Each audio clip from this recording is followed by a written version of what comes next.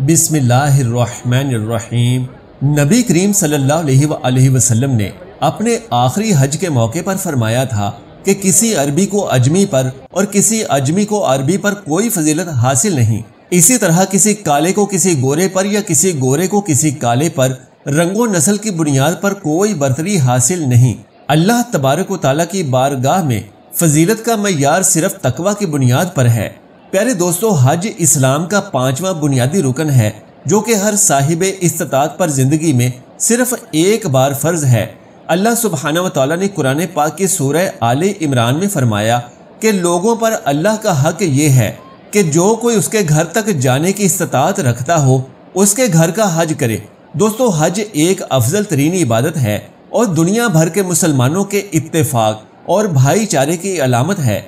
यही वजह है कि हर साल दुनिया भर के लाखों मुसलमान इस एक जगह पर इकट्ठा होकर अल्लाह के हुजूर सजदा रेज होते हैं, एक जैसा लिबास पहनकर और एक जैसे कलिमात बोलकर अल्लाह की अजमत और बड़ाई बयान करते हैं। अल्लाह के आखिरी नबी सल्लल्लाहु अलैहि वसल्लम का फरमान है कि हज इंसान के गुनाहों को ऐसे धो डालता है जैसे साबुन कपड़े को।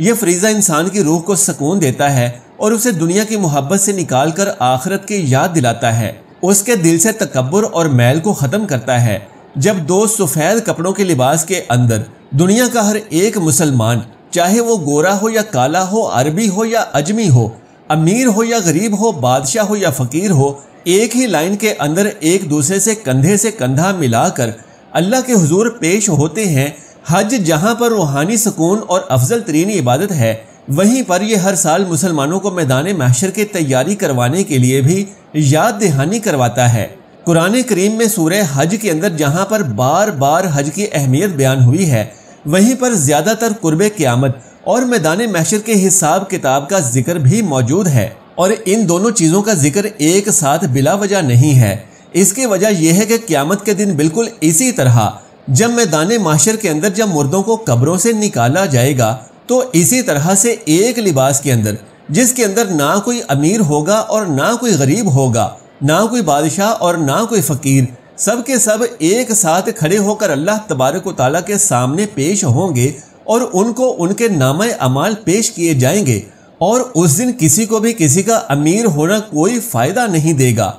प्यारे दोस्तों, मेरी इस वीडियो का मकसद सिर्फ हज की अहमियत बयान करना नहीं है, क्योंकि वो तो मुसलमान का बच्चा बच्चा जानता है, लेकिन हज की जो रूह है आज उसे भी दुनियादारी और मालो दौलत की तकसीम ने अमीर गरीब के फ़र्क को जन्म देकर इस रूह को ख़त्म कर दिया है। इस साल रिकॉर्ड 18 लाख लोगों ने हज किया, जिनमें से 16 लाख तो गैर मुल्की थे, जबकि 2 लाख सऊदीया के अंदर रहने वाले मुकामी और गैर मुल्की लोग थे। प्यारे दोस्तों, आप सबने खबरों के अंदर ये सुना होगा कि हज के अंदर शदीद गर्मी की वजह से 1000 के करीब हाजी शहीद हो चुके हैं। अल्लाह तबारक व तआला उनकी बख्शिश व मगफरत करे और उनके घर वालों को सब्र जमील अता फरमाए। ये सब कैसे हुआ और इसका जिम्मेदार कौन है? इसके 2 जवाब हैं। नंबर 1, स्टेटस को यानी अपर और लोअर क्लास के स्टेटस का फ़र्क, और दूसरा सऊदी हुकूमत की नाकामी या फिर बेहिसी। जब हमने इन 1000 हाजियों की अचानक मौत की खोज शुरू की तो पता चला कि इनमें से ज़्यादातर हाजी वो थे जो कि गैर कानूनी तौर पर यानी सऊदी हुकूमत से छुपकर हज का ये फरीज़ा सरंजाम दे रहे थे। और जाहिर है कि सऊदी हुकूमत की तरफ से उनके लिए कोई इंतजामात ना होने की वजह से और ऊपर से शदीद गर्मी जो कि 55 सेंटीग्रेड तक पहुँच गई थी, उनकी अचानक मौत की वजह बनी। क्योंकि ऐनी शाहिदीन के मुताबिक 7 किलोमीटर लंबे रास्ते पर ना उनके लिए कोई पानी था और ना कोई साया, और उनमें से ज़्यादातर लोग बूढ़े थे जो कि शदीद गर्मी को बर्दाश्त नहीं कर सकते थे। इन लोगों के नाम सऊदी अथॉरिटीज़ के अंदर भी मौजूद नहीं थे। प्यारे दोस्तों, अब यहाँ पर हम सब के जहनों के अंदर एक सवाल पैदा होता है कि क्या इस तरह का हज करना जायज़ भी है जो छुपकर या गैर कानूनी तरीके से किया जाए? तो ये मेरी अपनी राय है कि हाँ, ऐसा बिल्कुल जायज़ है। देखिए, काबा पर दुनिया के हर मुसलमान का हक है और ये किसी मुल्क की मलकियत नहीं है और ना ही किसी कौम की मलकियत है कि किसी भी मुसलमान को वहाँ पर दाखिल होने से रोका जाए। ख़ास तौर पर ऐसे मुल्कों के लोग जहाँ पर सरकारी हज की कीमत भी 20 लाख तक पहुँच जाए और मिडिल क्लास बंदा अपनी पूरी ज़िंदगी भी पैसे जमा कर करके भी ये सादत हासिल ना कर पाए। ऐसी सूरत हाल के अंदर अगर कोई शॉर्टकट से हज का फरीज़ा सरअंजाम दे सकते हैं तो मेरा ख्याल है कि इसमें कोई बुराई नहीं। इन लोगों ने कुछ भी गलत नहीं किया। ये सब लोग अल्लाह तबारक व तआला की इबादत के लिए और फ़र्ज अदा करने के लिए आए थे, ना कि किसी गुनाह के लिए। दुनिया का कोई भी मुसलमान किसी दूसरे मुसलमान को हज जैसी इबादत और सआदत से नहीं रोक सकता। इस साल हज पर मौजूद ऐनी शाहिदीन के मुताबिक सऊदी हुकूमत ने बदतरीन इंतजामात किए थे। ना तो गर्मी से बचने का कोई इंतज़ाम था, ना कोई ट्रांसपोर्ट जैसी सहूलत और ना ही कोई सेहत जैसी बुनियादी सहूलियात। आम हाजी के लिए भी इन सब बुनियादी ज़रूरियात पर कोई तवज्जो नहीं दी गई। प्यारे दोस्तों, याद रहे कि ये आम लोग वो हैं जो कि सरकारी तौर पर हुकूमती सरपरस्ती के अंदर यहाँ पर आए थे। ये मिडिल क्लास लोग थे जो कि पूरी ज़िंदगी की अपनी जमा पूंजी लेकर आए थे ताकि अल्लाह तबारक व तआला के घर की ज़ियारत हो सके और अपना फ़र्ज अदा हो जाए। मगर अफसोस के बड़े बड़े मौसीकी के कॉन्सर्ट करवाने वाले, फैशन शोज़ पर अरबों डॉलर्स का पैसा लुटाने वाले ये हुक्मरान मुसलमान भाइयों की मेहमान नवाजी की जिम्मेदारी भी उठा लेते। क्या ये सब उनकी तरजीहात में शामिल नहीं है या फिर सिर्फ उनसे फीस लेना ही उनका काम था? इन सब लोगों का कसूर ये था कि ये सब लोग मिडिल क्लास लोग थे, अमीर नहीं थे। अगर आपको मेरी बातों पर यकीन ना हो तो अपने किसी दोस्त या रिश्तेदार हाजी से यह मालूम कर लें। सारी हकीकत खुद आपके सामने आ जाएगी। सोशल मीडिया पर कई ऐसी वीडियोस मौजूद हैं कि जिनमें हुज्जाज कराम बेहोश होकर पड़े हैं, लेकिन उनको कोई भी पूछने वाला नहीं है। और दूसरी तरफ वो लोग जो अमीर हैं और अच्छा खासा पैसा खर्च करके यहाँ पर आए हैं, सऊदी हुकूमत को मोटा पैसा दिया है कि जैसे वो अपने लाइफ के अंदर 5 स्टार लाइफ के आदी हैं, यहाँ पर भी अल्लाह के घर के लिए भी उनको वही प्रोटोकॉल चाहिए। देखिए, इबादत तो मुशक्कत के बगैर काबिल कबूल ही नहीं है।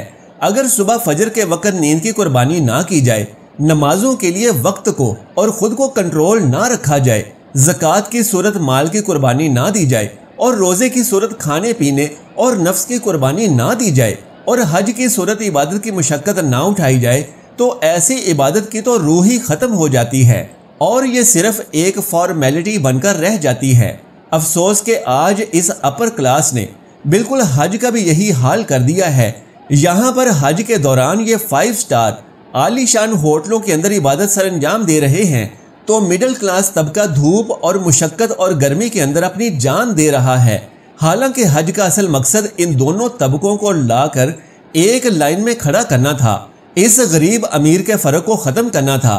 इसी फ़र्क को तो मिटाने के लिए अल्लाह तबारक व तआला ने मुसलमानों को हर साल हज करने का हुक्म दिया, जिसे ये लोग ख़त्म करने पर तुले हैं। और ये सब कुछ हुकूमती सरपरस्ती के बगैर तो मुमकिन ही नहीं है।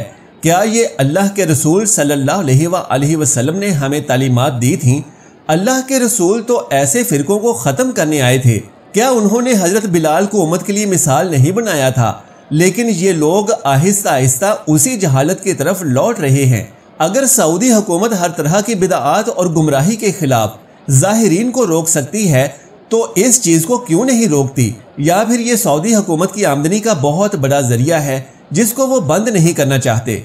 और याद रहे कि मैं यहाँ पर सऊदी अथॉरिटीज़ की बात कर रहा हूँ जो कि हायर लेवल पर मौजूद हैं। ये बेचारे पुलिस और फौज के लोग और नीचे मौजूद लोग तो खुद मजबूर हैं, उन बेचारों का कसूर निकालना तो बनता ही नहीं है। प्यारे दोस्तों, मुझे उम्मीद है कि अगर दुनिया भर के मुसलमान सोशल मीडिया पर इसके खिलाफ आवाज़ उठाएं तो हम जल्द ही ऐसे फितनों से आज़ाद हो जाएंगे। अल्लाह तबारक व तआला से दुआ है कि नेकी की बात को सुनने, समझने और इस पर अमल करने की ताकत और तौफीक मरहमत फरमाए। आमीन या रब्बुल आलमीन। प्यारे दोस्तों, आपसे गुजारिश है कि मेरी इस मालूमाती वीडियो को लाइक करके सवाब की नीयत से आगे दोस्तों तक ज़रूर शेयर करिएगा। जज़ाकल्लाहु खैरन कसीरा। अल्लाह हम सबका हामी और नासिर हो।